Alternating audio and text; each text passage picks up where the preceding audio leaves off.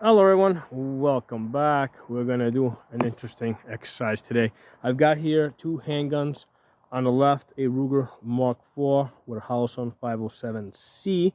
On the right, I have a Taurus Tracker Revolver that has a 9-round cylinder, and I got three speed loaders there that have nine rounds of 22 long rifle in them. On the left, with the Mark IV, even though those are 10-round magazines, what I did is I downloaded them, so I only have 9 rounds in each magazine. So basically, I just needed a reason to shoot and have some fun, and I came up with this exercise. What I'm gonna do is I'm gonna be shooting in my offhand, in my left hand, basically at those targets over there while moving back and forth. And it's just an exercise to see, uh, which gun I shoot better with. Is it the traditional revolver with the double action trigger, or the semi-automatic with the optic? Now, before you say, "Hey, obviously I'm going to shoot better with the semi-automatic with the optic," something to keep in mind that's a Holosun 507C, not the ACSS. Okay, so all I have is a 32 MOA circle.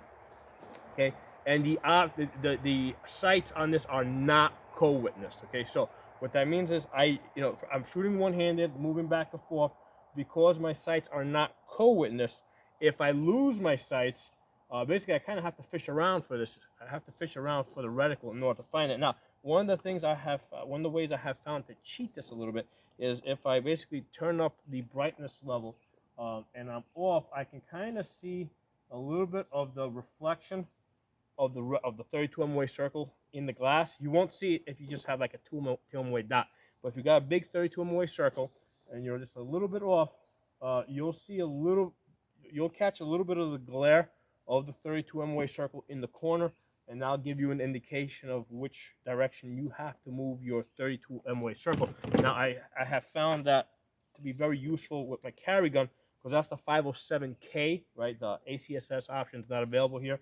And even though I have iron sights that are co-witnessed on this, I keep this at sunny day brightness, and what I find is that most of the time, if I don't find my reticle, rather than going to my iron sights, it's actually faster for me to see the glare, and and that glare gives me an indication of which direction I need to move in. Now, interestingly enough, between the 507K and the 507C, for whatever reason, the glare on this is better. Like if I'm off, I can get a better indication of which direction I need to move in compared to the 507C. I don't know if it has something to do with the size of the window, the shape of the window, whatever. I don't know. But for whatever reason, I get a better indication with the yeah.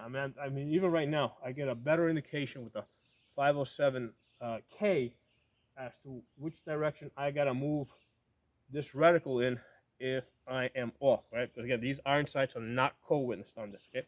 So let me put my earmuffs on. Again, we're shooting 22 long rifle. All right, so this is the Taurus Tracker.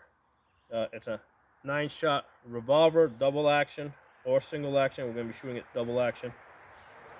Okay, this is iron sights only. Basically, I have a little red on the front sight. That's all I've got. All right, so what I'm doing is I want to put 2 shots on each target and then move to the next one. Okay, so the goal is 2 shots on each target. If I don't get my 2 shots, I'm going to keep shooting that target until I get my 2 shots.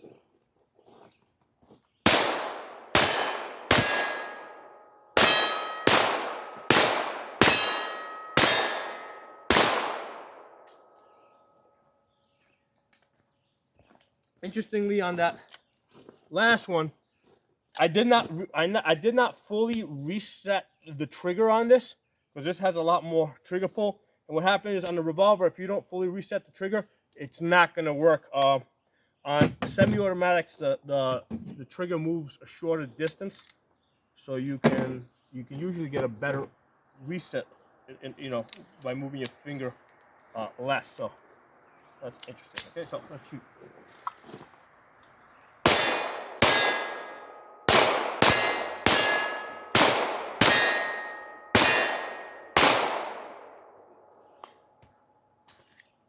Get back to Revolver. I'm going back and forth between the semi-automatic with the red dot and the Revolver here with the iron sight, so you guys can see a pattern.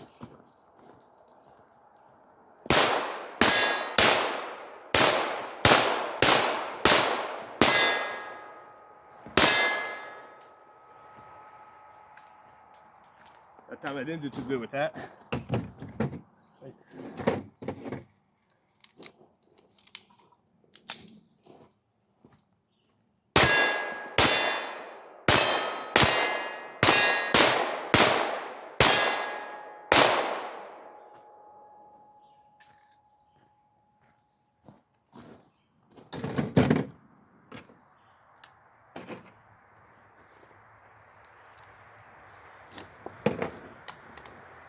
The other thing is, you gotta make sure you close that cylinder, because I did this earlier a couple of times today, and I was rushing a little bit, didn't fully close the cylinder. Gun doesn't work unless it's fully closed.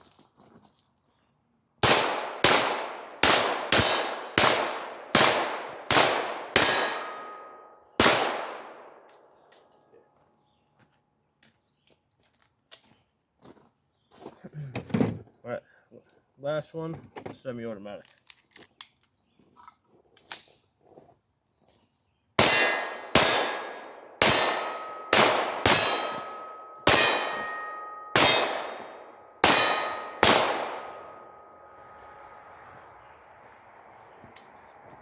All right, hold on.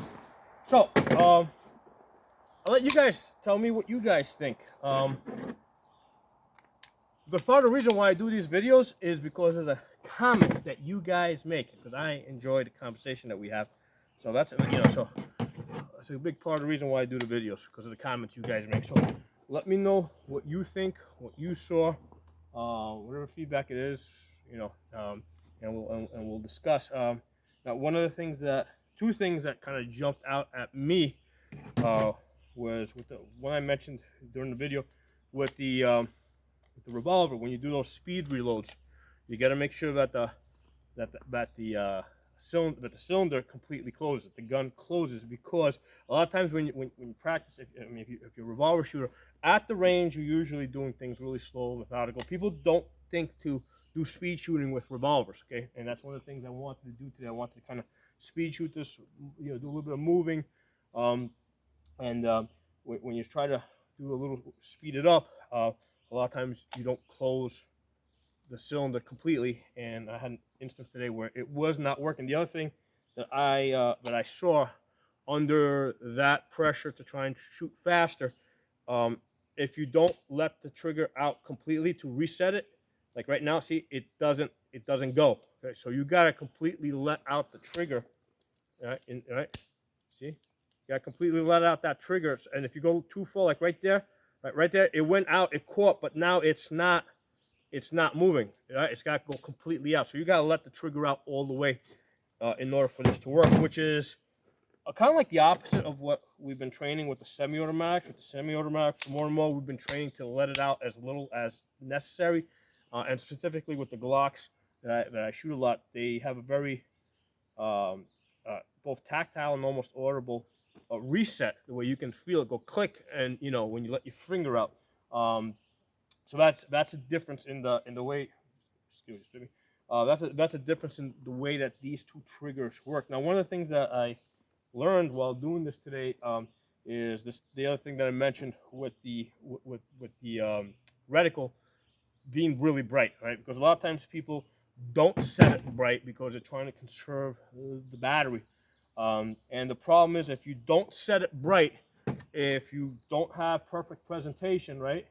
If you don't have perfect presentation, and you don't get to see iron sights, like I can't, like right now, there's no cold winds here, so I can't see my iron sights. All right, if it's bright, if it's really bright, you can see a reflection on the walls of the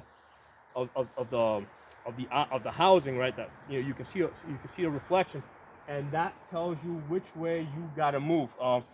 And one of the things I realized today, that the 507K to that extent works a lot better than that 507C, right? Where I see a reflection in the glass, like even when it's way off, I can still see a reflection. I get a better sense of where I need to, which direction I need to move this this reticle and move the gun so I can find my reticle. So that's something that I learned today in just comparing this optic to the other optic. So let me know what you guys think, what you guys thought of my shooting. Talk to you guys soon. Do not remember my channel, subscribe. Make sure you follow me on Odyssey and on Rumble, okay, and on my other YouTube channels. On Odyssey, I am Pocono Tactical. Odyssey spelled ODYSEE.com. I'll talk to you all soon.